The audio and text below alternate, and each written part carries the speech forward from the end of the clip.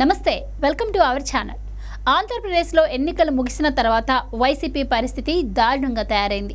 ఆ పార్టీ నుంచి నాయకులు ఒక్కొక్కరిగా పార్టీని వీడిపోతున్నారు, కొందరేమో రాష్ట్రం వదిలే వెళ్ళిపోతున్నారు। వైసీపీ అధినేత వైఎస్ జగన్మోహన్ రెడ్డినే రాష్ట్రంలో ఉండకుండా బెంగళూరులో గతంలో నిర్మించుకున్న జగన్ కూడా అక్కడికే వెళ్లి ప్రస్తుతం అక్కడే ఉంటున్నారని పార్టీ వర్గాలు చెబుతున్నాయి। పార్టీ ఓటమి తర్వాత వైసీపీ నేత వంశీ విదేశాలకు వెళ్లారనే ప్రచారం జరుగుతోంది। ఇప్పుడు మాజీ మంత్రి రోజా కూడా రాష్ట్రం వదిలి వెళ్ళినట్టు తెలుస్తోంది।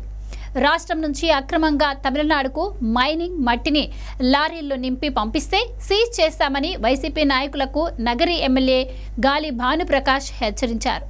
గత ప్రభుత్వంలో చేసిన అవకతవకలు ఇప్పుడు మళ్లీ చేయాలి అని ప్రయత్నిస్తే చూస్తూ ఊరుకునేది లేదని స్పష్టం చేశారు। టీడీపీ నగరి అసెంబ్లీ నియోజకవర్గంలోని విజయపుర మండలంలో అధికారులతో టీడీపీ ఎమ్మెల్యే గాలి భానుప్రకాష్ చర్చలు జరిపారు।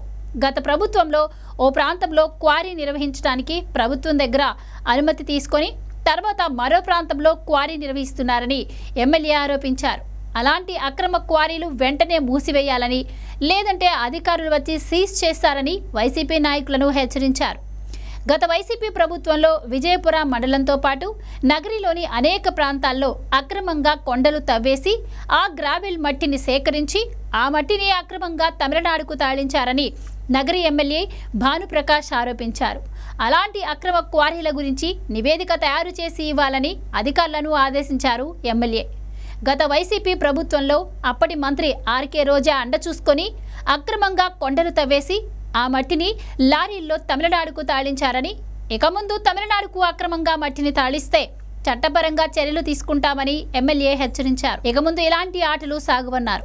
రాష్ట్రంలో ప్రభుత్వం మారిపోయినా ఇంకా చాలా మంది అధికారులు వైసీపీ భజన చేస్తున్నారని మండిపడిన టీడీపీ ఎమ్మెల్యే ఇకనైనా మారాలని, లేకపోతే ఇబ్బందులు పడతారని హెచ్చరించారు।